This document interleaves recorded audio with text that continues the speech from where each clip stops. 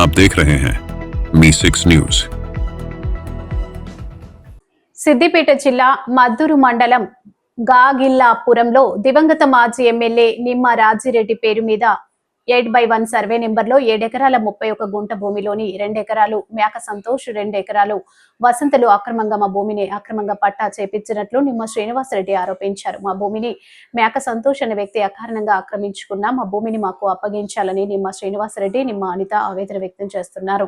అధికారులు ఇటు భూమిపై పూర్తిగా విచారణ చేసి మా తండ్రి పేరు మీద ఉన్న భూమిని వారసులమైన మేము ఆస్తి పంపకాలు చేసుకోలేదు. వారసులమైన మాకు ఇటు భూమి మీద సర్వ హక్కులు మాకే ఉంటాయి. మా భూమిని మాకు ఇప్పించండి. ప్రభుత్వానికి మొరపెట్టుకున్నా కానీ అధికారులు పోలీసులు కూడా పట్టించుకోలేదని ఆవేదన వ్యక్తం చేశారు. అంతేకాకుండా తమకు వారి నుంచి ప్రాణభయం ఉందని ఆందోళన వ్యక్తం చేస్తున్నారు. ఇకనైనా తమ భూమిని అధికారులు స్పందించి మా భూమిని మాకిప్పించి న్యాయం చేయాలని ప్రభుత్వాన్ని వేడుకుంటున్నారు.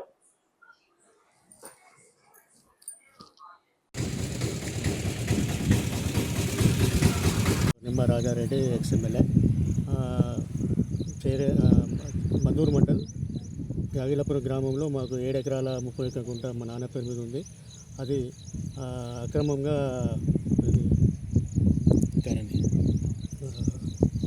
సనాఫ్ నిమ్మ రాజారెడ్డి ఎక్స్ఎమ్మెల్యే చర్యాలు మాకు సంబంధించిన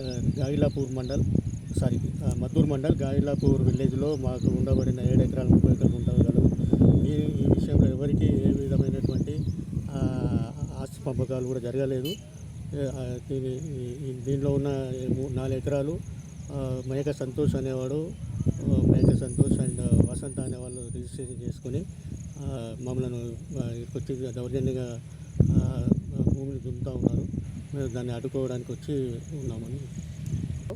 గతంలో ఇదే విషయమే మేము అటుకో భూమి దున్నడానికి వచ్చినప్పుడు మాపై దౌర్జన్యంగా మేక సంతోష్ అనేవాడు వాళ్ళ ఫ్యామిలీ మాపై దౌర్జన్యంగా కొట్టి గాయపరిచినారు.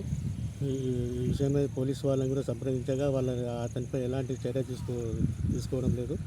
అదే ఆసరాగా తీసుకొని ఇప్పుడు కూడా వాళ్ళ ఆసరా తీసుకొని మాపై దౌర్జన్యంగా వస్తున్నారని చెప్తున్నాం. రెవెన్యూ అధికారులు కానీ పోలీసు కానీ ఎటువంటి చర్యలు తీసుకోవడం లేదు. పోలీస్ కానీ రెవెన్యూ డిపార్ట్మెంట్ కానీ ఎలాంటి చర్యలు తీసుకోవడం లేదు కాబట్టి చర్యలు తీసుకోవాలని కోరుకుంటున్నాం. మిమ్మల్ని ఆపమని ఇప్పుడు మిమ్మల్ని కూడా మేము ఆపలేము. మరి అదే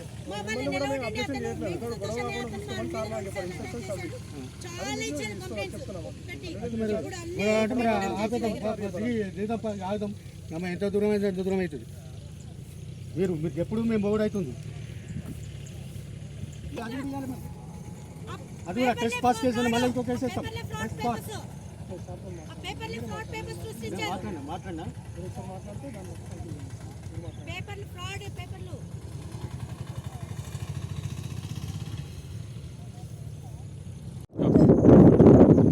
నిమ్మ అనిత అండి, wife of Nimma Srinivasa Reddy and daughter in law of Nimma Raja Reddy ex minister.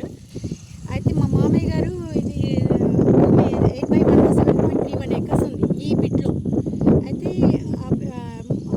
Rajareddy గారు ఎక్స్పైర్ అయినారు. 2009లో చనిపోయారు. 2011లో కుటుంబ సభ్యులు సిటీ సివిల్ కోర్టుకి వెళ్ళేసి ఇంట్రీమ్ ఇంజంక్షన్ ఆర్డర్ అని తెచ్చారు. అందులో ఏమని ఉంది అంటే అంటిల్ ద జడ్జిమెంట్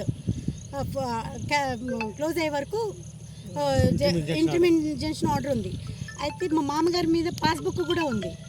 అయితే అది ఎట్లా చేంజ్ అయింది అనేది మాకు తెలియదు. లాస్ట్ ఇయర్ 2024 మే 5th రోజు మేము కడీలు వేయించాం. కడీలు వేయించినప్పుడు నైట్ ఈవినింగ్స్ వచ్చి వేసినాక మొత్తం వేస్తున్నారు.